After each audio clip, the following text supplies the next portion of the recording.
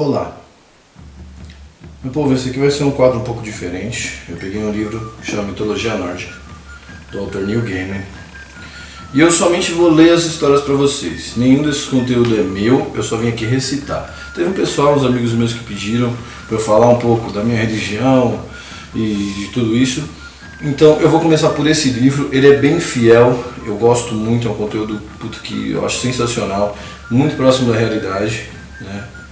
Próximo da realidade assim, do tempo, né? Muito próximo das histórias que já foram contadas. Então esse livro vai ser minha referência para fazer esse quadro, tá bom? Ele vai estar aqui toda quarta-feira até eu terminar esse livro. Depois que eu terminar esse livro, eu vou ver como é que foi a repercussão e aí a gente vê se eu continuo, se eu procuro mais histórias, se eu conto um pouco mais sobre cada deus separadamente, né? Vamos ver como é que isso progride. Isso é um teste, ok? Mas esse livro inteiro vocês vão ter aqui narrado por mim, certo? E o livro ele é progressivo, ele vai realmente do começo ao fim da história da mitologia nórdica.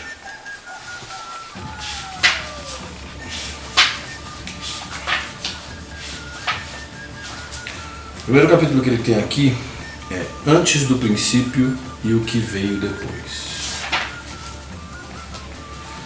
Antes do princípio não havia nada, nem terra, nem paraíso, nem estrelas, nem céu. Existia apenas um mundo feito de névoa, sem forma nem contorno, e um mundo feito de fogo, eternamente em chamas. Ao norte ficava Niflheim, um mundo escuro. Nele 11 rios venenosos cortavam a névoa, originários do mesmo poço em seu núcleo, o turbilhão barulhento chamado Hvergelmir. Niflheim era mais frio que o próprio frio, com uma névoa cerrada e turva encobrindo tudo. Os céus eram ocultados pelas brumas e o chão era encoberto pelo nevoeiro gelado. Ao sul ficava Muspel. Muspel era fogo. Tudo lá ardia e queimava. Muspel era brilhante e Niflheim cinzento, tão diferente quanto lava derretida e gelo. A terra ardia com o calor ruidoso da fornalha de um ferreiro. Não havia terra sólida. Não havia céu. Nada além de fagulhas e jatos de calor. Rochas derretidas e brasas. Em Muspel, no limite do fogo, onde a névoa se transforma em luz, onde a terra termina, ficava Surt, que existia antes dos deuses. Ele está lá agora. Surt carrega uma espada flamejante, e para ele, a lava borbulhante e a névoa congelante são como um. Sabe-se que no Ragnarok, no fim de tudo, e só então, Surt deixará seu posto.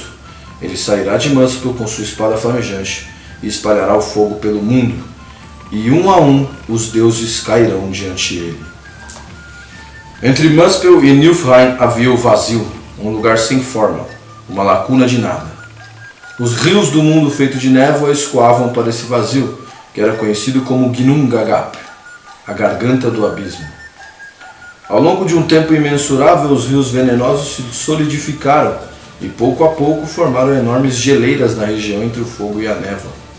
Ao norte, o vazio era preenchido de névoa congelada e calotas de gelo, mas ao sul, mais próximo do mundo feito de fogo, as brasas e fagulhas de Muspel encontravam as geleiras, e ventos mornos da terra em chamas deixavam o ar acima do gelo, suave e agradável como um dia de primavera.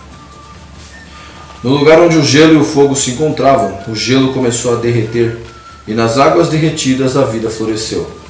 A criatura tinha a forma de uma pessoa maior do que mundos inteiros, mais alta do que qualquer gigante que já existiu ou existirá. Não era homem nem mulher, mas os dois ao mesmo tempo. Esse ser era o ancestral dos gigantes. Ele chamava a si mesmo de Ymir. Ymir não foi a única vida gerada pelo derretimento do gelo. Uma vaca sem chifres, muito maior do que nossa mente pode conceber, também surgiu. A vaca lambia os blocos de gelo salgado para se nutrir, e 4 rios de leite fluíam de suas tetas. Era esse leite que alimentava Ymir. O gigante bebia o leite e crescia. Ymir batizou a vaca de Audhumla. A língua rosa da vaca lambia os blocos de gelo e deles surgiam pessoas. No primeiro dia, deixou à mostra apenas o cabelo de um homem. No segundo, a cabeça.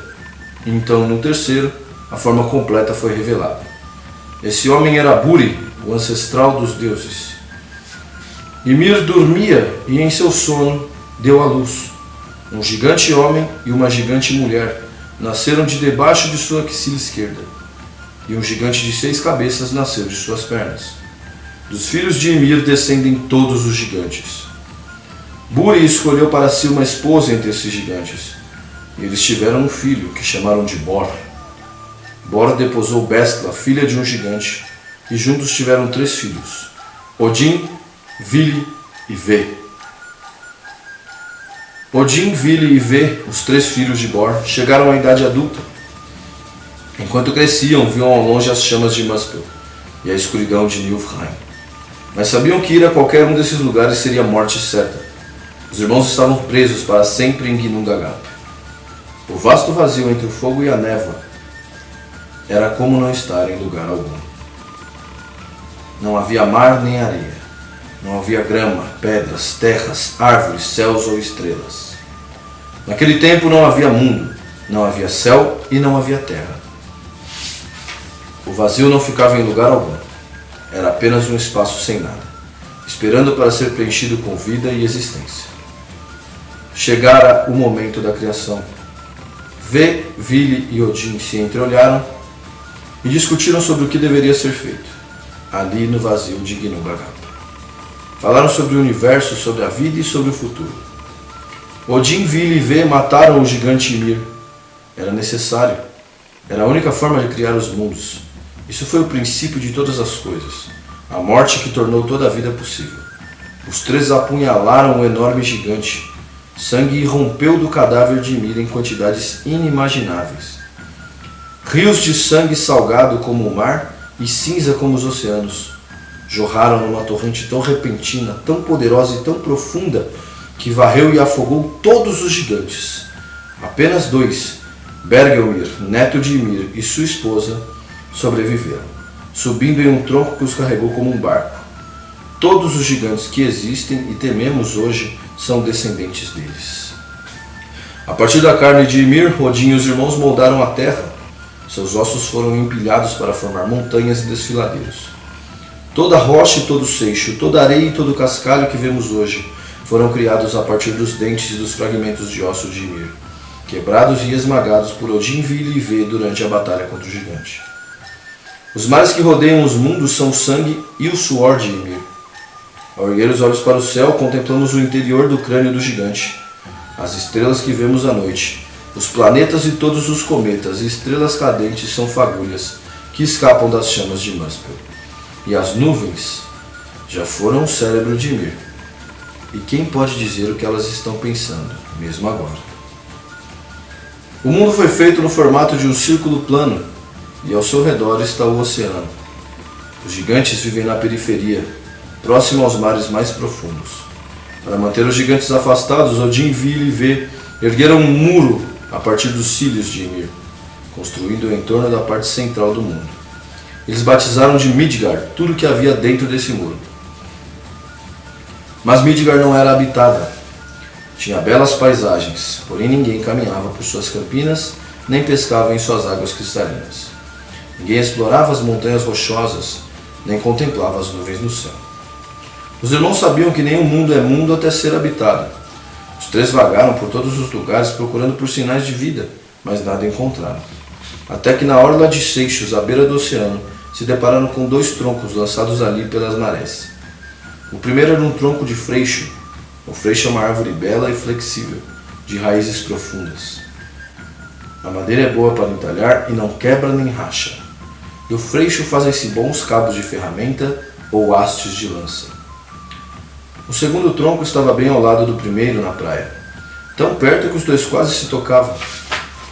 E era um tronco de olmo. O olmo é uma árvore graciosa, mas sua madeira é rígida o bastante para ser transformada em tábuas e vigas resistentes. Com o olmo, é possível construir uma casa ou um salão. Os deuses pegaram os 2 troncos, colocaram-nos de pé na areia, na altura de uma pessoa. Odin os segurou e um de cada vez soprou a vida para dentro deles. Agora não eram mais troncos mortos em uma praia. Estavam vivos. Vili deu-lhes vontade própria, deu-lhes inteligência e motivação. então podiam se mover e desejar. Vê esculpiu os troncos, deu a eles a forma humana, esculpiu suas orelhas, para que então pudessem ouvir, seus olhos para que então pudessem ver, e seus lábios para que então pudessem falar. Os dois troncos na praia agora eram duas pessoas nuas. Vê esculpir um deles com genitais masculinos, então decidiram esculpir o outro com uma mulher. Os 3 irmãos fizeram roupas para a mulher e para o homem, para que se cobrissem e se mantivessem aquecidos naquele borrifo gelado do mar, naquela praia à beira do mundo. Finalmente deram nomes às pessoas que tinham criado. Chamaram o homem de Esk, que significava freixo, e a mulher de Embla, ou Olmo. Esk e Embla foram o pai e a mãe de toda a humanidade. Todo ser humano deve sua vida a seus pais, e aos pais deles, e aos pais que vieram antes dos pais deles. Se voltarmos o bastante no passado, descobriremos que deles descendem as famílias de todos nós. Embla e Esk fizeram de Midgard seu lar, na segurança por trás do muro que os deuses ergueram com os filhos de Ymir. Lá construíram suas casas, protegidos de gigantes e monstros de todos os perigos à espreita nas terras selvagens. Protegidos de gigantes e monstros e de todos os perigos à espreita nas terras selvagens. Em Midgard, os dois puderam criar seus filhos em paz. É por isso que Odin é chamado de pai de todos, porque ele foi o pai dos deuses, e porque soprou a vida dos avós de nossos avós. Que sejamos deuses ou mortais, Odin é o pai de todos nós.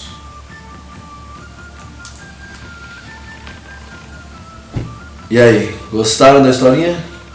Se gostou, aquele joinha, comenta, compartilha. Ajuda a gente a transformar esse canal numa coisa espetacular e grandiosa. Valeu? Obrigado, meu povo. Uma ótima semana para vocês aí.